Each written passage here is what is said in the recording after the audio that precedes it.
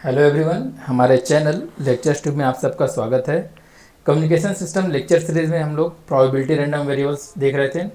तो probability random variables में इस लेक्चर में हम लोग कुछ स्पेशल रैंडम वेरिएबल्स जैसे कि uniformly distributed random variable, exponentially distributed random variable, relay distributed random variable, Poisson distributed random variable, Gaussian distributed random variable, ये सब चीज़ों के बारे में देखेंगे।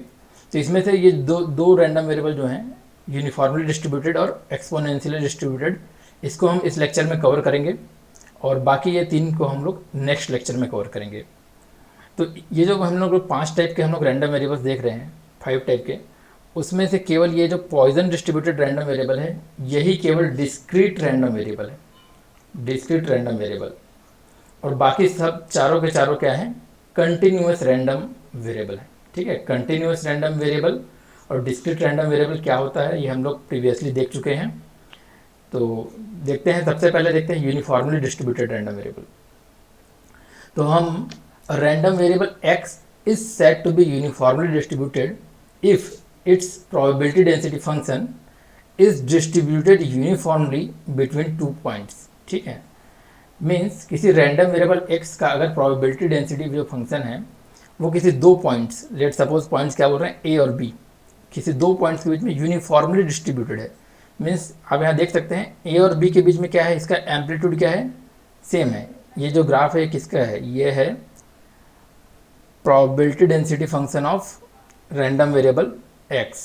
ठीक है, तो probability density function of random variable x का जो ग्राफ अगर इस तरीके का रहे, मीन्स 2 पॉइंट्स a और b के बीच में यूनिफॉर्मली डिस्ट्रीब्यूटेड है। देख सकते हैं यहाँ पे एम्पलीट्यूड क्या है, पूरा यूनिफॉर्म है, कहीं पे ज़्यादा कहीं पे कम ऐसा नहीं है। जैसे हम क्या कहेंगे कि इसका एम्पलीट्यूड क्या है, यूनिफॉर्म है, means it is uniformly distributed between point a and point b। जैसे हम लोग कहेंगे यूनिफॉर्मली डिस्ट्रीब्यूटेड रैंडम वेरिएबल। तो देखिए यहाँ पे ये जो PDF बना है इसका एम्पलीट्यूड क्या होगा बताइए।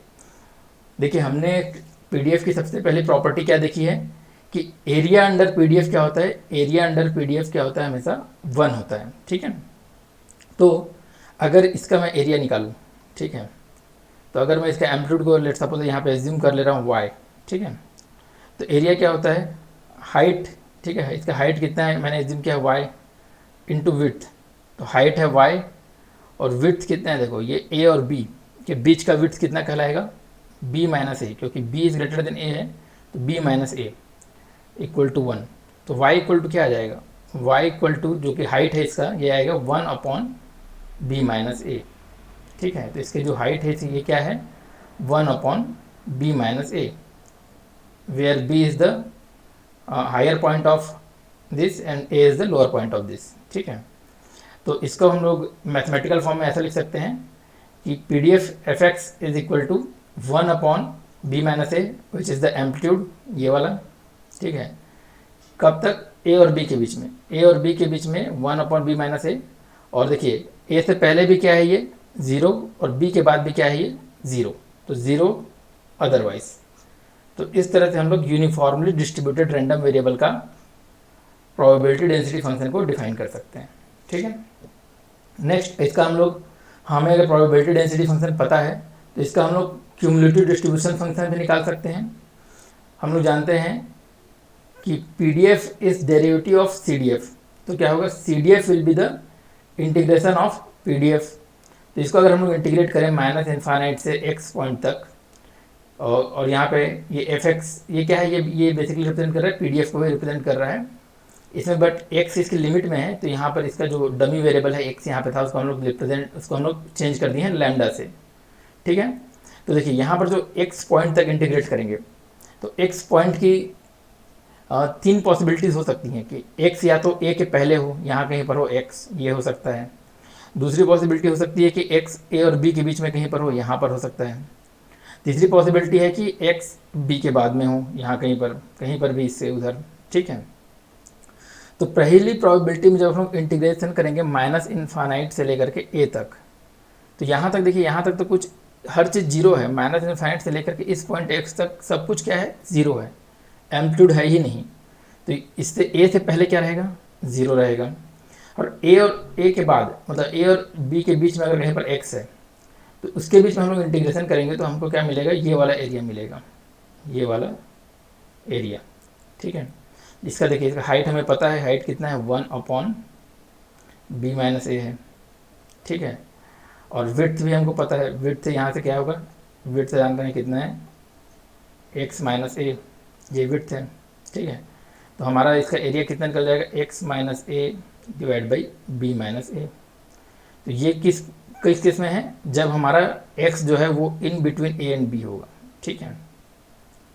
तो देखिए, अगर in between a and b है तो इसमें इंटीग्रेशन करेंगे, अगर a से लेकर x तक हो जाएगा, क्योंकि माइनस इन्फाइनाइट से लेकर a तक तो जीरो है, ठीक है, माइनस इन्फाइनाइट से a तक जीरो है। तो दूसरा इंटीग्रेशन क्या होगा, a से x तक। तो a से x के बीच में क्या होगा, इसको अगर हम लोग, ये तो कांस्टेंट है 1/b - a, इसको अगर बाहर निकाल लें और यहाँ पे लैम्डा का इंटीग्रेशन लैम्डा हो जाएगा और लिमिट पुट कर दें, lower limit is a, upper limit is x, तो हमारा यही आंसर आएगा, सेम जो हमने पहले निकाला है यहाँ पे, ये वाला x upper limit is x - a divide by b - a, जो कि हम लोग यहाँ पे निकाल चुके हैं। तो ये जो था ये दूसरे केस के लिए था, दूसरे केस के लिए जब हमारा x था in between a and b। अब अगर थर्ड केस कहूँ कि x का हमारा क्या हो, ग्रेटर देन मतलब b हो, तो हमारा हम माइनस इन्फाइनाइट से एरिया निकालते हुए आएंगे तो a पॉइंट तक तो हमें एरिया 0 मिलेगा, ठीक है, और b पॉइंट के इस साइड एरिया भी हमें 0 मिलेगा हमें, बट b के इस पॉइंट अगर x है तो ये वाला पूरा का पूरा एरिया कवर हो जाएगा, ये पूरा एरिया क्या होगा, ये पूरा एरिया कवर हो जाएगा। अगर हमारा x जो है यहाँ पर कहीं पर है तो अगर इंटीग्रेशन करते हुए आएंगे तो इधर का इंटीग्रेशन 0 और इस साइड का इंटीग्रेशन मतलब एरिया 0, बट इस पॉइंट का पूरा एरिया कवर होगा। तो इस पॉइंट का पूरा एरिया कितना होगा, देखिए इसकी हाइट कितनी है, हाइट हम लोग निकाल चुके हैं पहले, क्या है 1/b - a। इसकी विड्थ कितनी है, विड्थ भी हम लोग निकाल चुके हैं, विड्थ b - a ही है, तो ये कट जाएगा, तो मतलब टोटल एरिया कितना आ जाएगा 1। वैसे भी प्रोबेबिलिटी डेंसिटी फंक्शन का टोटल एरिया कितना होता है 1 होता है।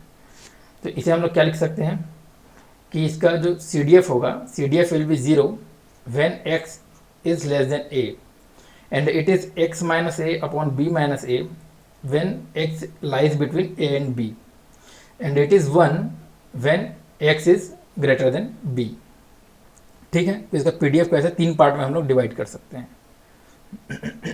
चलो नेक्स्ट हम देखते हैं इसके लिए मीन क्या होगा। मीन का हम लोग फार्मूला हम लोग पहले कई बार देख चुके हैं कि मीन को क्या लिखते हैं, e of x is equal to integration of minus infinite से plus infinite x f(x) dx। इसको x बार से रिप्रेजेंट करते हैं।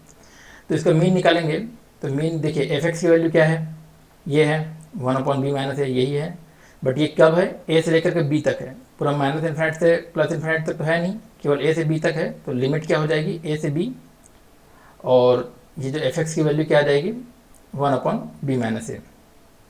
तो इसके बाद अगर इसे इंटीग्रेट करें तो x इक्वल टू क्या आता है, देखिए ये तो कांस्टेंट है, 1/b - a is the constant, और इस x का इंटीग्रेशन क्या होगा x² / 2, ठीक है। और इसमें हम लोग लिमिट पुट कर देंगे, क्या लिमिट पुट करेंगे a और b, तो ये क्या आ जाएगा, देखिए 1/2 कॉन्स्ट बाहर निकल जाएगा और b - a, और यहाँ पे क्या आ जाएगा b² - a², और b² - a² को क्या लिख सकते हैं, इसको हम लोग लिख सकते हैं b - a और b + a, ठीक है, या फिर a + b, और डिवाइड में क्या है 2b - a, तो ये कट जाएगा, बचेगा क्या a + b डिवाइड बाई 2।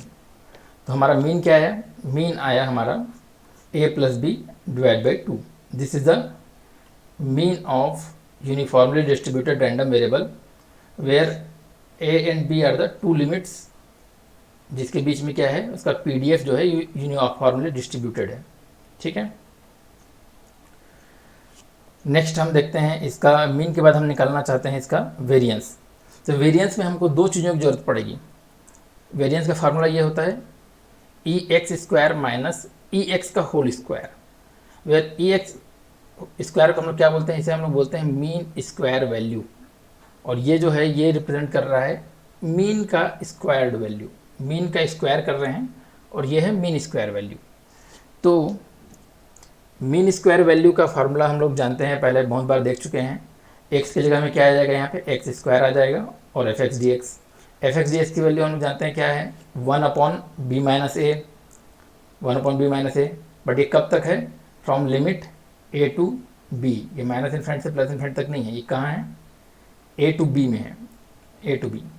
तो इसको अगर हम लोग सॉल्व करें तो 1/b माइनस ए तो कांस्टेंट है, वो बाहर आ जाएगा, और x का इंटीग्रेशन क्या होता है, एक्स स्क्वायर का इंटीग्रेशन हो जाएगा x³ डिवाइड बाई 3, ये हो जाएगा, ठीक है। और लिमिट कहाँ से कहाँ तक है, a टू b। तो इसको अगर हम सॉल्व करें तो 1/3 कांस्टेंट है, बाहर निकल जाएगा 3, और यहाँ पे b माइनस ए आ जाएगा, और उसमें अपर लिमिट और लोअर लिमिट पुट करें तो क्या आ जाएगा, b³ माइनस a³, ठीक है। तो हम एक फार्मूला जानते हैं, a³ माइनस b³ का हम लोग फार्मूला क्या जानते हैं, इसे हम लोग लिख सकते हैं a माइनस b और a square plus ab plus b², ये लिख सकते हैं हम लोग, ठीक है। तो यहाँ पे a³ माइनस b³ नहीं है, यहाँ पे क्या है, b³ माइनस a³ है, तो इसे हम लोग क्या लिख सकते हैं, 1/3 b माइनस a। तो यहाँ पे a माइनस b की जगह में क्या आएगा, b माइनस a, और यहाँ पे a स्क्वायर प्लस ab, ये तो सेम रहेगा, ठीक है, b square plus ab plus a square लिखे, चाहे a square plus ab plus b square लिखें, ये सेम रहेगा। तो ये एक कट जाएगा, यहाँ से कट जाएगा, ठीक है।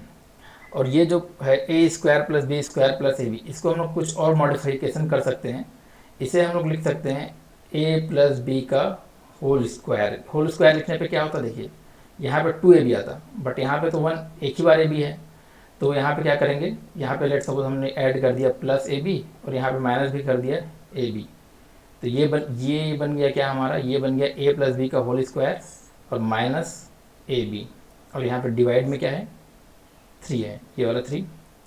तो ये हमारा बन जाएगा mean square value of uniformly distributed random variable, ठीक है। तो देख सकते हैं, तो वेरिएंस क्या निकलेगा, मीन स्क्वायर वैल्यू, ठीक है, a प्लस बी का whole square minus ab divide by 3, minus mean का स्क्वायर, मीन हम लोग अभी निकाले हैं, a plus B divide by 2 अभी इसे निकाले हैं, तो इसका स्क्वायर। तो इसको जब हम लोग सब्ट्रैक्ट करेंगे, इसको जब हम लोग LCM लेके सब्ट्रैक्ट करेंगे तो यहाँ पे 3 आ जाएगा, यहाँ पर 4, तो यहाँ पे 12 आ गया, और इसको सब्ट्रैक्ट करेंगे तो ये आ जाएगा हमारा a माइनस बी का होल स्क्वायर डिवाइड बाई 12। तो ये हमारा क्या आ जाएगा, वेरिएंस ऑफ x, ठीक है। वेरिएंस को हम लोग ऐसा लिखते हैं, सिग्मा x का स्क्वायर लिखते हैं, where sigma x is the standard deviation. तो अगर मैं स्टैंडर्ड डेविएशन कहूँ तो क्या लिखूँगा, standard deviation equal to sigma x equal to under root of variance, और वेरिएंस कितना है हमारा, a माइनस बी का होल स्क्वायर डिवाइड बाई 12, तो ये आ जाएगा हमारा स्टैंडर्ड डेविएशन। तो इसी तरीके से हम लोग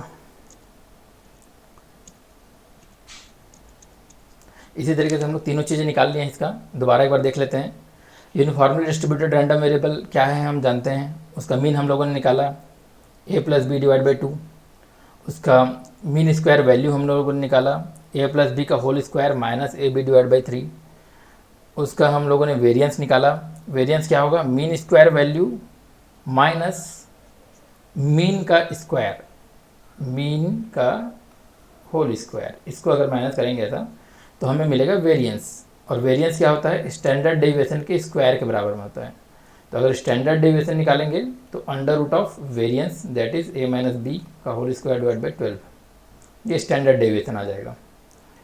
तो ये सारे पैरामीटर्स हम लोगों ने किसके लिए देखे, यूनिफॉर्मली डिस्ट्रीब्यूटेड रैंडम वेरिएबल्स के लिए।